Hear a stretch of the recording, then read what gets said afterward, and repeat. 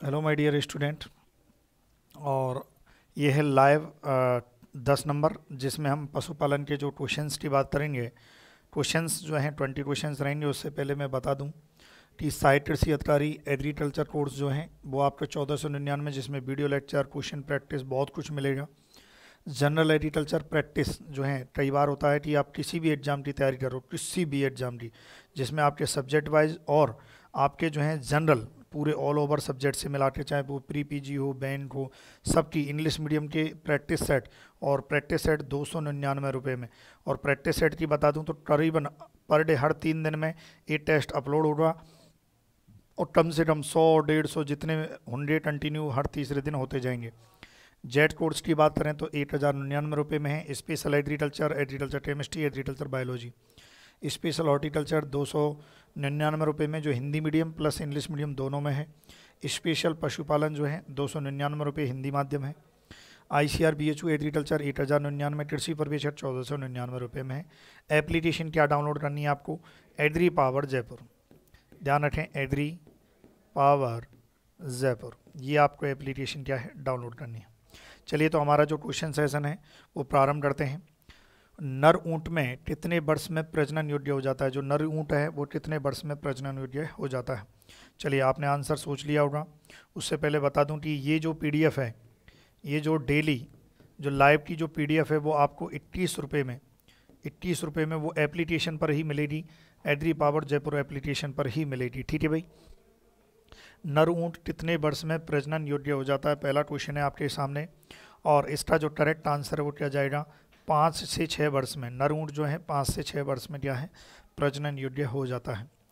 ये सब कुछ मैंने पढ़ाया हुआ भाई, थ्योरी में, पशुपालन में, सब कुछ मैंने पढ़ाया हुआ है। ऊंट को 1 से 2 वर्ष की उम्र पर दाना मिश्रण व चारा क्रमशः देते हैं कितने किलोग्राम जो हैं। यदि जो ऊंट है वो 1 से 2 वर्ष की उम्र है, तब उसको दाना मिश्रण कितना देंगे और उसको चारा मिश्रण जो है कितना देंगे। ध्यान रखें भाई। आंसर आपने सोच लिया होगा, लिख लेना भाई, कॉपी में आंसर लिख लें, ताकि आप ये तय कर पाएँ कि आपका 20 क्वेश्चन में से कितने सही हैं। तो इसका आंसर जाएगा C, 1 और 5। Question number 3, Sindhu into Baluchi के संकरण से विकसित ऊँट की नस्ल आपको बतानी है कि सिंधु और बलूची इनके संकरण से जो है कौन सी नस्ल जो है बनी है ऊँट की। और इसका जो करेक्ट आंसर है वो क्या जाएगा? बीकानेरी। ध्यान रखें भाई, क्या जाएगा? बीकानेरी। ठीक है भाई। एप्लीकेशन आप डाउनलोड कर लें, सभी कोर्स जो हैं एप्लीकेशन पर उपलब्ध है ऑनलाइन।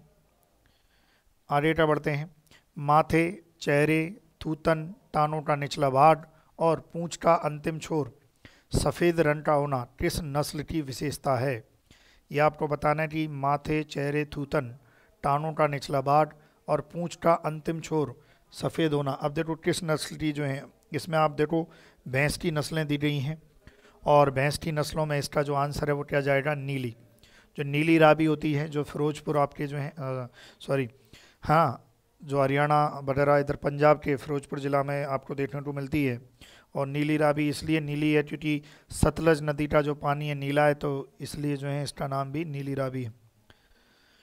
भेड़ की अविटाली नस्ल में टपिन प्रतिशत क्या है? अब देखो, ये टपिन क्या होता है ये आपको कमेंट करके बताना भाई। यदि आप वीडियो देख रहे हैं तो आप मुझे बताएंगे कि टपिन क्या होता है, व्हाट इज़ द टपिन। अब इसमें टपिन प्रतिशत में आपको बता देता हूँ। देखो, ये सब कुछ बता दिया है। मेरा मोटो है यहाँ पर नंबर ऑफ क्वेश्चंस को करना कम टाइम में। तो मैंने सब कुछ आपको जो है वीडियो, यदि आपको चाहिए वीडियो लेक्चर, आपको एग्री पावर जयपुर पर सब कुछ उपलब्ध है। तो यहाँ पर मैं डिस्क्राइब नहीं करूँगा, टेबल क्वेश्चन और उसका आंसर दूंगा भाई। तो देखो 97.95, ध्यान रखें। भेड़ की जो अविटालिन जो नस्ल होती है उसमें जो टपिन प्रतिशत होती है वो कितनी होती है? 97.95। चलिए भाई, अगला क्वेश्चन है। पशुओं में सायर इंटू डॉटर के मध्य मैटिन किस प्रकार की प्रजनन विधि है? देखो, इसमें जो है सायर जो होते रहते हैं, सायर हम कहते हैं, एकदम हम कह सकते हैं कि फादर को हम सायर कहते हैं पशुओं में। ठीक है।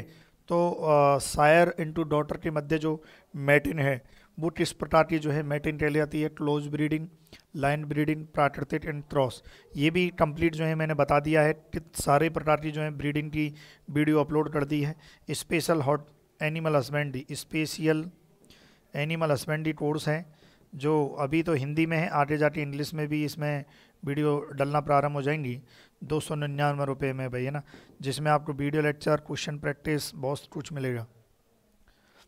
पशुओं में चचेरा भाई और चचेरा बहन के मध्य मैटिन कौन सी प्रजनन विधि है? अगला क्वेश्चन है, चचेरा भाई और चचेरी बहन के मध्य मैटिन ये कौन सी विधि है, ये आपको बताना है। चलिए भाई, तो ये है आपकी ब्रीडिंग ऑफ संतरन आउट क्रॉसिंग, ये लाइन ब्रीडिंग। इसका जो करेक्ट आंसर है वो क्या है? Line breeding. ध्यान रखें भाई, चैनल को आप सब्सक्राइब कर दें और शेयर भी करें भाई, सब्सक्राइब ज़रूर करें। सभी विद्यार्थियों से निवेदन है कि चैनल को आप सब्सक्राइब ज़रूर करें। अगला क्वेश्चन है, केंद्रीय ग्राम योजना पशुपालन से संबंधित है, भारत सरकार द्वारा कब शुरू की गई थी? आपको बताना है कि कब इसकी शुरुआत की गई थी। चलिए भाई, आंसर आपने सोच लिया होगा। तो इसकी जो शुरुआत है वो कब की गई थी? 1948। कब की गई थी भाई? 1948 में इसकी शुरुआत की गई थी। क्वेश्चन नंबर अगला, केंद्रीय पशु पुस्तिका की स्थापना किसने की थी? केंद्रीय पशु पुस्तिका की स्थापना किसने की, या जो है हम कह सकते हैं कि जो पुस्तिका को निकालता है वो कौन है? तो ये आपका जो है आईसीआर जो है इसका आंसर जाएगा भाई। अगला है, बहुत अच्छा क्वेश्चन है भाई, कि कर्नाटक के हेसरगट्टा में कार्यरत परियोजना के अंतर्गत किस नस्ल के पशु का इस्तेमाल हो रहा है? क्वेश्चन बहुत ज़बरदस्त है कि किस नस्ल के पशु का इस्तेमाल हो रहा है? Jersey, Friesian, red Dane. Answer क्या जाएगा? बहुत शानदार क्वेश्चन है भाई, कि बहुत ही ज़बरदस्त क्वेश्चन है, रेड डेन। इसका आंसर क्या जाएगा? Red Dane. ये भी मैं बता चुका हूँ भाई, इसको भी आप वीडियो एप्लीकेशन में सब कुछ मिलेगा आपको। कृत्रिम गर्भाधान का कार्य सर्वप्रथम भारत में कब शुरू हुआ था? आपको बताना है जो कृत्रिम गर्भाधान है उसका कार्य भारत में कब शुरू हुआ था। तो देखिए इसका आंसर क्या जाएगा? 1942। क्या जाएगा भाई? 1942 इसका आंसर जाएगा। अगला क्वेश्चन है, ध्यान से सुनना, असत्य कथन का आपको चयन करना है। किसका असत्य कथन का चयन करना है? तो भेड़ का शारीरिक तापमान 36 डिग्री सेल्सियस, भेड़ में नाड़ी गति फेमोरल धमनी से, ऊँट की नाड़ी गति प्रति मिनट 28 से 32, ऊँट की श्वसन गति प्रति मिनट 5 से 7। चलिए भाई, आंसर आपने सोच लिया होगा। तो इसका जो आंसर है वो है ये आंसर। असत्य कौन सा है? भेड़ का शारीरिक तापमान कितना होता है नहीं बताऊंगा, ये सब कुछ जो है मैंने वीडियो में अपलोड कर दिया भैया एप्लीकेशन पर, ठीक है। कंप्लीट अपडेट है।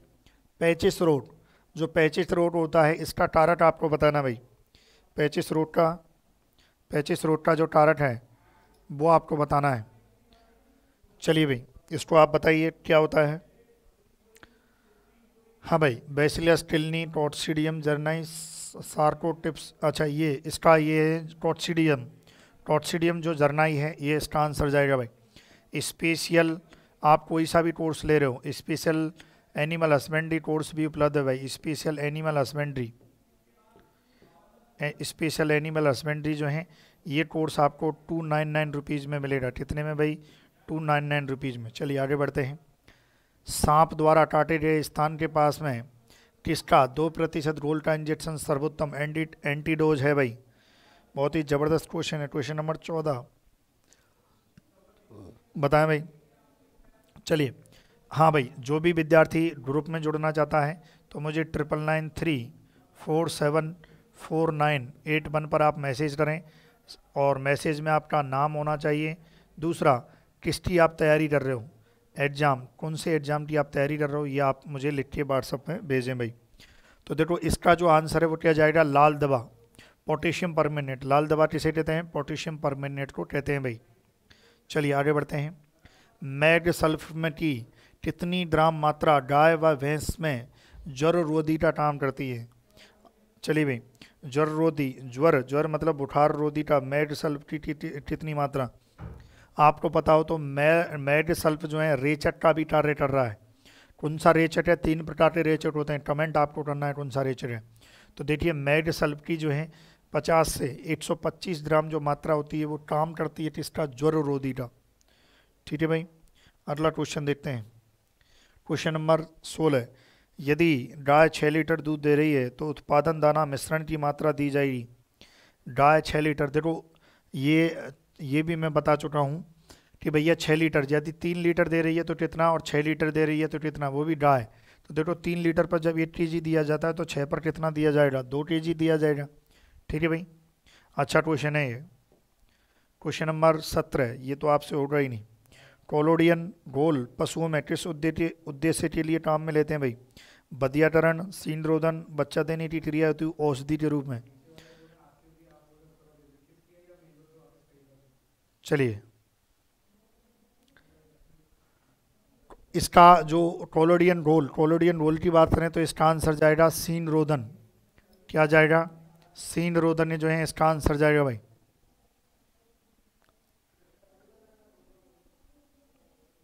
आगे बढ़ते हैं।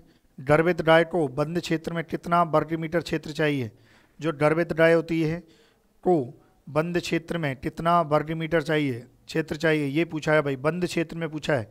Very important. देखो, एक तो गर्भित गाय को पूछा है बंद क्षेत्र में, खुले क्षेत्र में कितना चाहिए? आप कमेंट करें भाई, खुला क्षेत्र। खुला क्षेत्र में भी आपको पता होना चाहिए, ये सारी वीडियो मैं अपलोड कर चुका हूँ एप्लीकेशन पर। और देखें, पेप्सिन और रेनिन एंजाइम का स्रावण पशुओं के आमाशय के किस भाग में होता है? देखो, आमाशय के 4 भाग होते हैं, रूमेन, रेटिकुलम, ओमेजम और एवोमेशम। तो आपको बताना है कि जो पेप्सिन और रेनिन एंजाइम का जो स्रावण है वो आमाशय के किस भाग में होता है। तो इसका जो आंसर है वो क्या जाएगा? एवोमेजम में। किस में होता है? एवोमेशम में।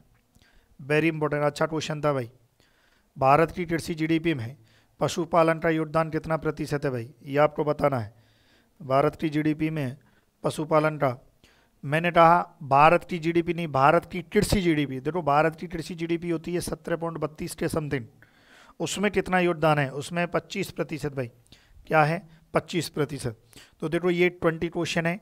लाइव क्लास में 1 घंटे की बजाय कम समय में भी ये 20 क्वेश्चन जो है मैंने आपको करा दिए हैं।